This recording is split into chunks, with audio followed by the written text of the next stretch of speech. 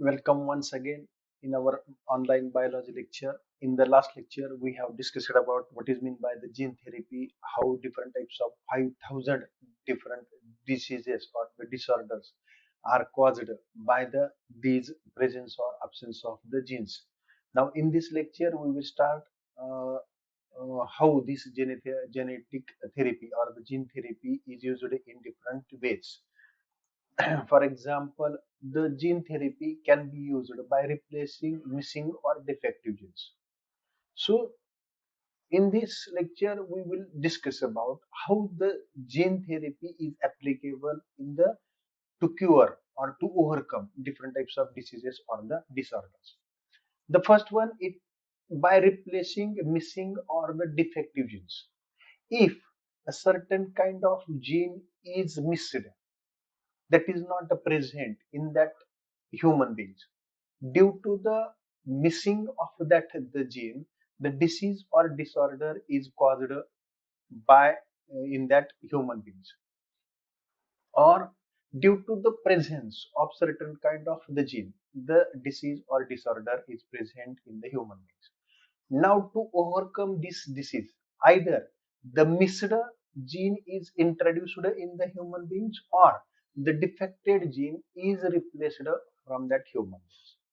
Gene therapy कशा पद्धतीने practice केली जाते, तर याच्यामध्ये ज्या जीनमुळे जर समजा एखाद्या पेशंटमुळे एखादी डिसीज त्या ठिकाणी होतं, मग तो जेनेटिक डिसऑर्डर आहे, मग तो जो जीन आहे तो आयडेंटिफाय करायचा आणि तो जीन जो आहे तो काढून टाकायचा. So that defective gene can be replaced. बरोबर हे झालं.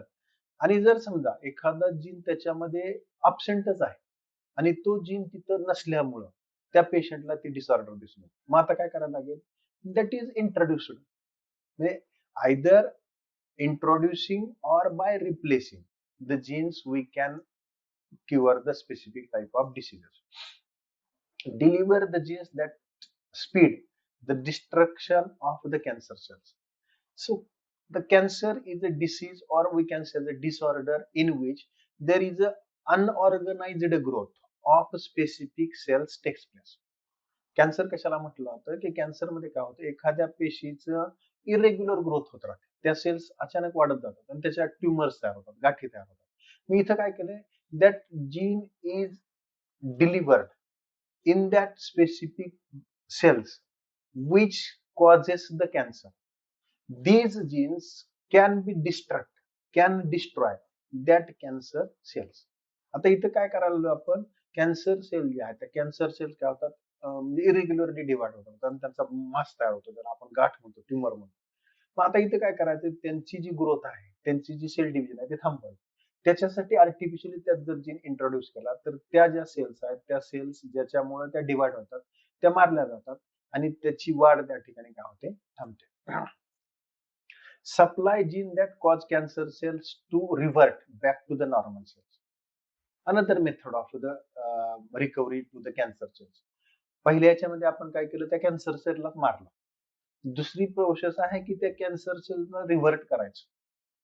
रिव्हर्ट कसं करायचं, ज्या अनडिफरन्शिएटेडली ग्रोथ व्हायला आहे, कितीही त्यांचे डिवायडेशन व्हायचं, त्या ज्या ऍबनॉर्मॅलिटी झाली त्या सेल्सला काय करायचं, प्रिव्हियस कंडिशन आणायचं, म्हणजे नॉर्मल कंडिशन, त्या इरेग्युलरली डिवाइड होणार नाही. Deliver bacterial or viral genes as a form of vaccination. So by means of production of the vaccines. Vaccines कशापासून तयार केलं आपण बघितलं होतं, याच टॉपिक मध्ये पहिल्यांदा बघितलं की वॅक्सिन्स काय, ते एकतर त्या डेड बॅक्टेरियल किंवा व्हायरल सेल्स असतील किंवा इनऍक्टिव्हेटेड बॅक्टेरियल और व्हायरल सेल्स असतील की ज्याच्यामुळे त्याच व्हायरस किंवा बॅक्टेरियामुळे जो रोग होतोय त्या रोगाला कंट्रोल करायचा. मग ह्यांचे जीन्स जे आहेत ते त्या ठिकाणी इंट्रोड्यूस केले जातात आणि त्या वॅक्सिनच्या सहाय्याने तो आजार जो आहे तो बरा केला जाऊ शकतो. Deliver DNA to antigen expressions and generation of immune response. Antigens our defense systems. These antigens prevents the formation of different types of diseases. मग काय करतं, आपली इम्युन सिस्टीम म्हणजे प्रतिकार शक्ती वाढते. मग ह्या अशा पद्धतीचे जीन इंट्रोड्यूस करायचे की जे विशिष्ट प्रकारचं अँटीजेन तयार करते आणि ते अँटीजेन तयार झाल्यामुळे आपली इम्युन सिस्टीम जी आहे, प्रतिकार रोग प्रतिकार शक्ती जी आहे ती वाढेल आणि त्या आजारापासून आपला बचाव होऊ शकतो. Supply of a gene for impairing viral replication. परत त्याच पद्धतीने जे व्हायरल रेप्लिकेशन होतं, व्हायरस काय करतो, आपण व्हायरस म्हणजे काय आपण म्हणतो असेल्युलर स्ट्रक्चर आहे. बाहेरच्या बाजूने एखादे प्रोटीन किंवा फॅटचं कोट आहे. ते प्रोटीन किंवा फॅटचं कोट त्या सेलच्या बाहेरच राहतं आणि आतमध्ये काय जातं, फक्त त्याचं जेनेटिक मटेरियल म्हणजे डीएनए किंवा आरएनए असेल आणि ते त्या सेलच्या डीएनएच्या सहाय्याने रेप्लिकेट होतात. एकाच्या दोन, दोनाच्या चार, चाराच्या आठ त्या जेनेटिक्स ज्याला डीएनए किंवा आरएनए तो रेप्लिकेट होतो आणि नंतर काय करतो, ती सेलच बस्ट करतो आणि बाहेर येऊन स्वतःचा प्रोटीन कोड तयार करतो, म्हणजे त्या ठिकाणी त्यांचं मल्टिप्लिकेशन. इथं काय केलंय आपल्या supply of gene for impairing viral replication. त्या ठिकाणी असं जीन इम्प्लिमेंट करायचं की त्या व्हायरल रेप्लिकेशन सेलमध्ये होणारच नाही आणि जर व्हायरसचं रेप्लिकेशन जेनेटिक मटेरियलचं रेप्लिकेशन जर नाही झालं तर त्याच्या नंबर ऑफ कॉपीज तयार होणार नाही आणि तो त्या ठिकाणापासून काय होऊ शकतो, इनऍक्टिव्हेट होऊ शकतो. Provide genes that promote or impair the growth of new tissues. जे नवीन टिश्यू वाढणार आहेत कॅन्सर सेलचे त्यांची ग्रोथ थांबवण्यासाठीचे जीन इंट्रोड्यूस करू शकतो. Deliver genes that stimulates the healing of damaged tissue. This is another type of technology. If certain kinds of the cells, certain kinds of tissues are damaged due to different activities in the human body, to overcome that disorder, the healing of that cells or tissues is essential. Healing म्हणजे त्या बऱ्या होण्याची प्रक्रिया. मग याच्यासाठी असे gene introduce करायचे की ज्या डॅमेज झालेल्या सेल्स आहेत, डॅमेज झालेले जे टिश्यू आहेत, त्यांचं हिलिंग कॅपॅसिटी त्या ठिकाणी वाढली जाऊ शकते. Now how these genes are delivered into the cells. आता इथपर्यंत आता आपण असं म्हणले की delivered into the cell, delivered into the tissue, delivered into the body. हे डिलिव्हर कसं करायचं, त्याला आतमध्ये प्रवेश कसा केला जातो, ते जे आहे ते या ठिकाणी बघू. The genes can be delivered by 3 different types of the ways. Ex vivo delivery, where cells are removed from the patients and then gene is introduced using viral or non-viral vectors. Example, Parkinson's disease, a neurological disorder. आता या ठिकाणी काय करायचंय, the genes are introduced into the cells, but that procedure is carried out ex vivo. Ex vivo, ex means exit, outside. त्या सेलमध्ये तर करायचंच आहे, परंतु ज्या पेशंट मध्ये ती डिसऑर्डर आहे, the cells are remove from the patient. ज्या डॅमेज झालेल्या सेल्स आहेत किंवा ज्या सेल्स ऍक्टिव्हेट करायच्या त्या सेल्स बाहेर काढायच्या and then gene is introduced using viral or non viral vectors. म्हणजे त्या सेलमध्ये आपल्याला ती गोष्ट इंट्रोड्यूस करायची आहे, परंतु त्या ऑर्गॅनिझमच्या शरीरातून ती सेल बाहेर काढायची आणि त्याच्यामध्ये मग जे आहे ते जीन इंट्रोड्यूस करायचं. पार्किन्सन डिसीज जो आहे, जो न्यूरोलॉजिकल डिसऑर्डर आहे, मला वाटतं पार्किन्सन डिसीज वरती एक पिक्चर निघाला होता, पा नावाचा पिक्चर बच्चनचा जो आहे, तो पार्किन्सन डिसऑर्डर आहे. त्याची ग्रोथ जी आहे बऱ्याच वेळा न्यूरोलॉजिकल डिसऑर्डर होते आणि ती ग्रोथ इरेग्युलर होत जाते. तो जेनेटिक डिसऑर्डर आहे. मग इथं काय करायचं, ज्याच्यामुळे त्या सेल्स डॅमेज झाल्या त्या सेल्स आयसोलेट करायच्या, त्याच्यामध्ये जीन इंट्रोड्यूस करायचा आणि परत त्या सेल त्या ऑर्गॅनिझमच्या शरीराच्या आतमध्ये टाकायचा. ही एक पहिली प्रकार आहे. Second method, in vivo delivery. आता इथे काय होतं, एक्स विवो बाहेर काढलं, इन विवो आतल्या आतच. Deliver where therapeutic genes are directly delivered in the cells at the target site of the diseased tissue in the patient, like intravenous infusion genes to treat cancers are injected directly into the tumor. आता मगाशीची जे पहिली method बघितली ज्याला आपण x Vivo म्हटलं होतं, बाहेर काढलं. आता ही कुठली आहे, in vivo. The cells are not removed from the body of the patient. The cells are allowed to remain inside the body of that patient and inside the body the cells are introduced with certain kinds of the genes. त्याच्या आतमध्येच काय म्हटलं, delivery where therapeutic genes are directly delivered in the cells at the target site. ज्या ठिकाणी समजा इथं आपण कॅन्सरचं tumour घेतलेलं आहे, ज्या ठिकाणी ते ट्युमर तयार झालेलं आहे त्या ठिकाणीच त्या टार्गेट साइडला काय करायचंय, तो जे काय जीन आहे त्या gene can be introduce. And the third method, use of virosomes, that is a liposome plus inactivated HIV. Bionic chips are the other methods of the gene delivery. आता ह्या दुसऱ्या थोड्याशा ऍडव्हान्स्ड मेथड्स आहेत की ज्याच्यामध्ये दोघांचं कॉम्बिनेशन करून जे व्हायरसोम्स आहेत की ज्याच्यामुळे तो व्हायरल इन्फेक्शन होते, ते व्हायरल इन्फेक्शन त्या ठिकाणी ऍक्टिव्हेट करायचं, करणं, तो जीन जो आहे तो इनऍक्टिव्हेट करायचा, किंवा बायोनिक चिप्स असतात विशिष्ट प्रकारचे आता निघलेले आहेत, त्या चिप त्या ठिकाणी इंट्रोड्यूस करायच्या. So these are the three different types of the methods by means of which the genes can be delivered in the body of that specific organism. Now we will see the forms of the gene therapy. What are the different types of the forms of the gene therapy? The first one is the germline gene therapy. So what is meant by germline gene therapy? In this method, healthy genes can be introduced into the germ cells like the sperms, eggs, early embryos, etc. Now we can say this is more advanced type of a process of gene therapy in which the genes are introduced into the sperms, into the eggs or early embryos. These are the germ cells. Okay. So if certain kinds of hereditary disorders that can be heredited from the mother or the father. So at the time of fertilization, these genes are introduced into the sperms of the males or the eggs of the female. So due to that, that gene which can be cure certain kinds of disorders is already present in the infant, in the offsprings.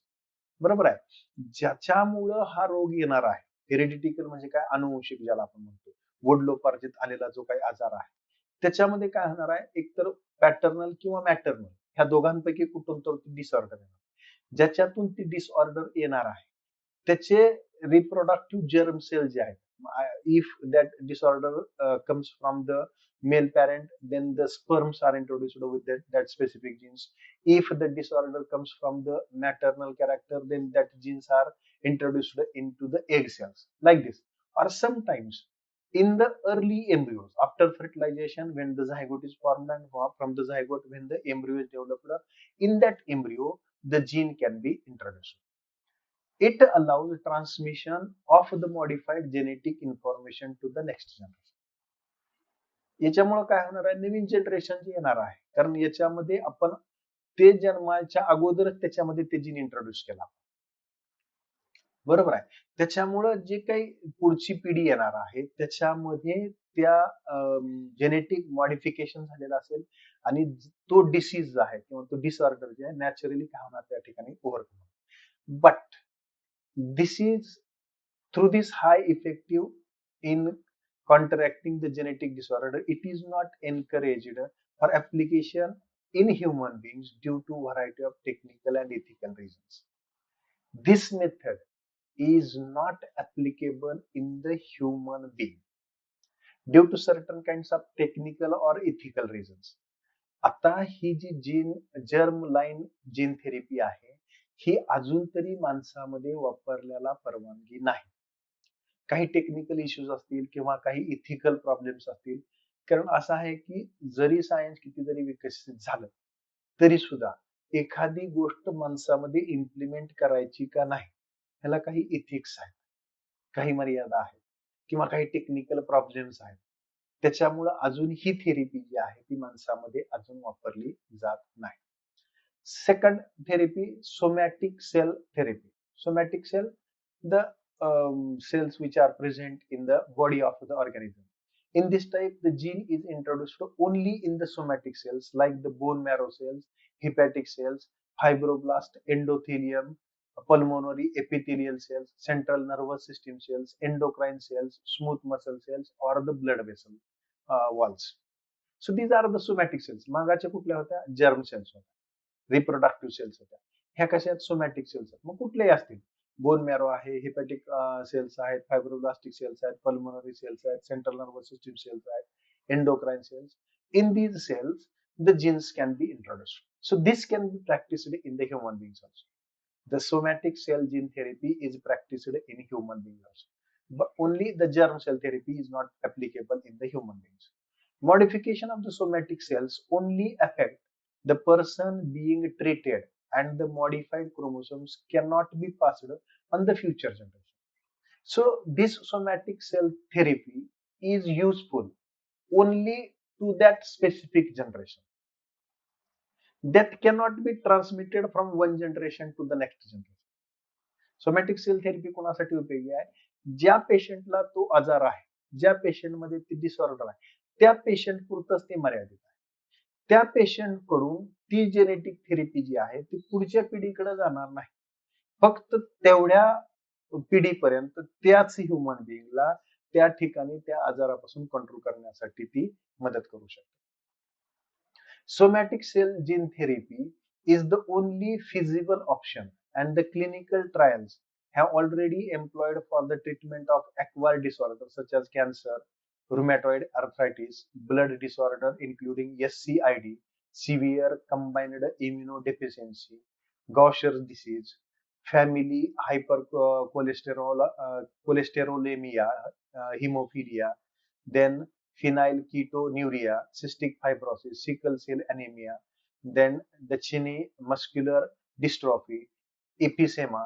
These are the some of the disorders which are overcome by means of the somatic cell gene therapy. So these are different types of the names of the disorder which are cured by this somatic cell gene therapy.